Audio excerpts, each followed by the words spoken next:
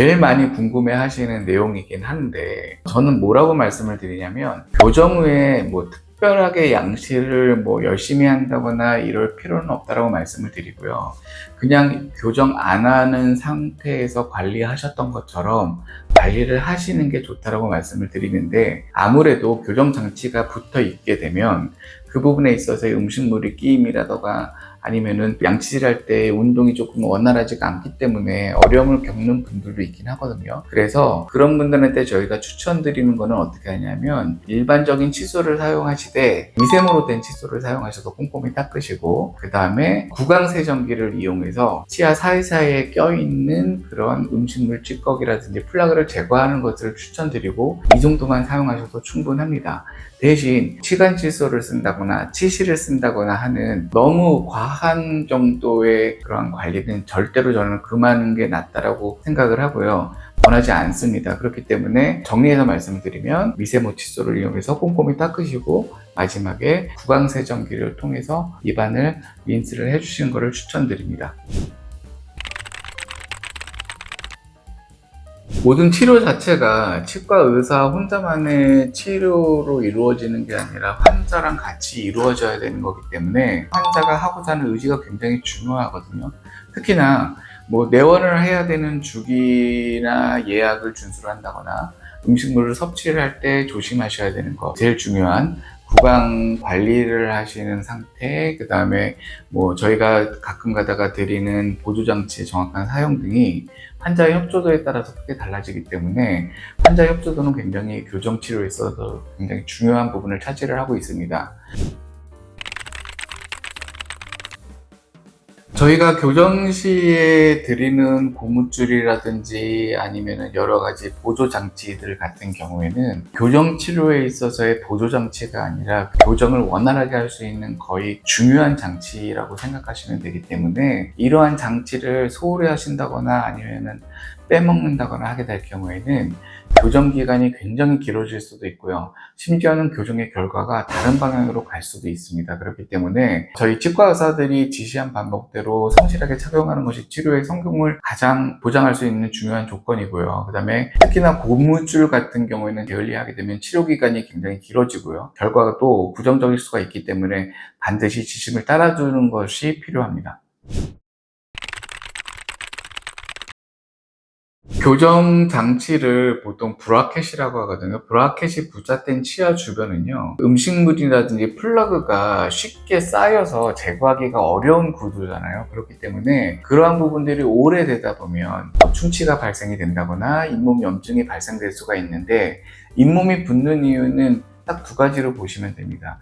잇몸에 염증이 생겨서 붓는 경우라든지, 아니면은 교정이 이동되면서 그 잇몸이 남아서 그 부분이 이렇게 과도하게 부어있는 경우가 있는데요. 물론 염증이 있어서 잇몸이 붓는 경우가 안 좋죠. 그런 경우에는 잇몸이 붓고 피도 나고요. 그리고 초기 잇몸 염증의 상태인 신호가 바로 붓고 피나는 겁니다. 이런 상태를 방치하게 되면 치주염으로, 그러니까 잇몸 질환으로 진행이 될 수도 있기 때문에 이런 경우에는 장치 주변을 꼼꼼하게 닦으시고요.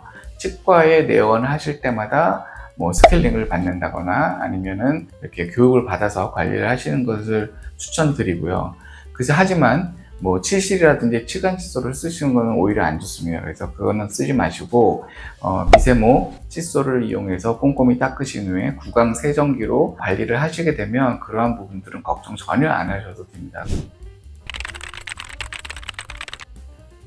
이거는 거의 습관적이라고 보시면 되는데, 사람들은 태어날 때부터 양쪽이 대칭되게끔 태어나거든요.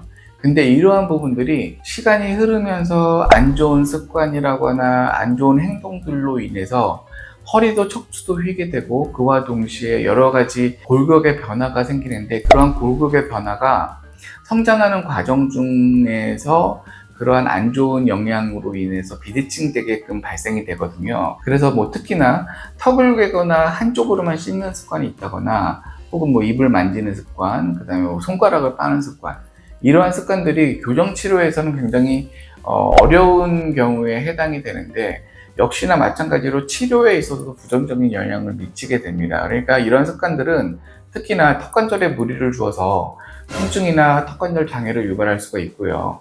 특히 얼굴의 비대칭을 심화시킬 수 있는 원인이 되긴 하지만, 그렇다고 해서 교정 중에는 올바른 자세라든지 균형 잡힌, 그러니까 양쪽으로 씹는 습관을 유지하는 것이 매우 중요하고요.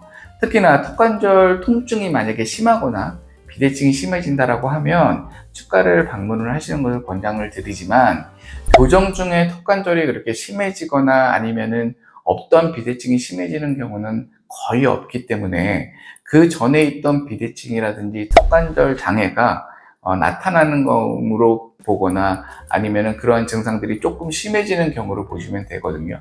그럴 경우에는 걱정하지 마시고 치과 의사에게 적절하게 문의를 하셔서 그러한 부분들에 있어서 치료를 받으시면 됩니다. 발음 같은 경우에는 구강 구조에 있어서 발음에 적용을 하고 있는 입술이라든지 혀라든지 아니면은 여러 치아들 자체가 차지하고 있는 그런 공간에서 나타나는 발음이기 때문에, 아무래도 장치가 들어가게 되면 입술의 움직임이라든지 혀의 움직임이 약간의 제한이 있기 때문에 발음이 약간 좀 불편하거나 발음이 꼬인다라고 말씀하시는 분들이 가끔 있습니다. 그러한 부분들은 우리 혀라는 조직 자체가 굉장히 민감하고 적응도가 빠른 조직이기 때문에 그러한 부분들은 대부분 1, 2주에서 다 해소가 되고요. 특히나 저희 같은 경우에 뭐 악기 부시는 분들, 뭐 플룻이라든지 아니면 바이올린 하시는 분들, 아니면 트럼펫 부시는 분들, 색소폰 부시는 분들, 이런 분들이 말씀을 하시기에, 혹은 성악 하시는 분들, 혹은 아나운서 분들 같이 이제 발음에 되게 신경을 많이 쓰시는 분들 자체가 그러한 부분들을 걱정을 많이 하시는데, 저희가 치료해본 결과 그런 부분들에 있어서는 걱정을 안 하셔도 될 정도로 굉장히 적응도 잘 됩니다. 그리고 혹여나 이런 분들도 있는데, 뭐 교정장치를 붙이고 났더니 침이 많아졌다. 근데 그러한 부분들도 일시적인 현상으로 생각하시면 됩니다. 어떠한 이물질이 들어간다거나 아니면 어떠한 이물감이 들어가 있는 맛을 느끼게 될 경우에 우리 몸에서는 보호 반응으로 침이 많이 분비가 되는 경우도 있거든요. 근데 그런 부분들이 적응이 되다 보면 자연적으로 원래 상태로 회복이 되기 때문에 그런 부분도 신경 안 쓰셔도 됩니다. 저는 가글을 사용하는 것을 적극 추천하지는 않습니다. 왜냐하면 가글 쓰는 것 자체는 일시적으로 사용을 하는 것은 괜찮지만 항상 뭐 매일 루틴하게 쓰는 것은 별로 추천해드리지 않습니다. 왜냐하면 예전에는 구강 내 사용하는 가글 자체가 알코올이 함유가 많이 되어 있었거든요. 그러다 보니까 알코올이 들어가서 구강을 건조하게 되면 구강 내 이제 흑모설이라 그래서 혀의 혓바닥에 검은색으로 변색이 되게끔 하는 그런 부작용이 많이 발생이 되었었거든요. 근데 요즘은 뭐 무알콜로 된 가글이 많이 나오기는 하지만 그러한 성분 자체도 특별하게 소금 성분을 이용했던 뭐 락스라든지 이러한 부분들, NaOCl을 구성하는 성분의 가글액이기 때문에 특별하게 뭐 높은 비용을 들여서 그렇게 구강 내 가글을 사용하시는 것은 별로 추천 안 해드리고요. 만약에 사용하신다고 하시면 뭐 짧게 일주일이라든지 이 정도만 사용하시는 걸 추천드립니다.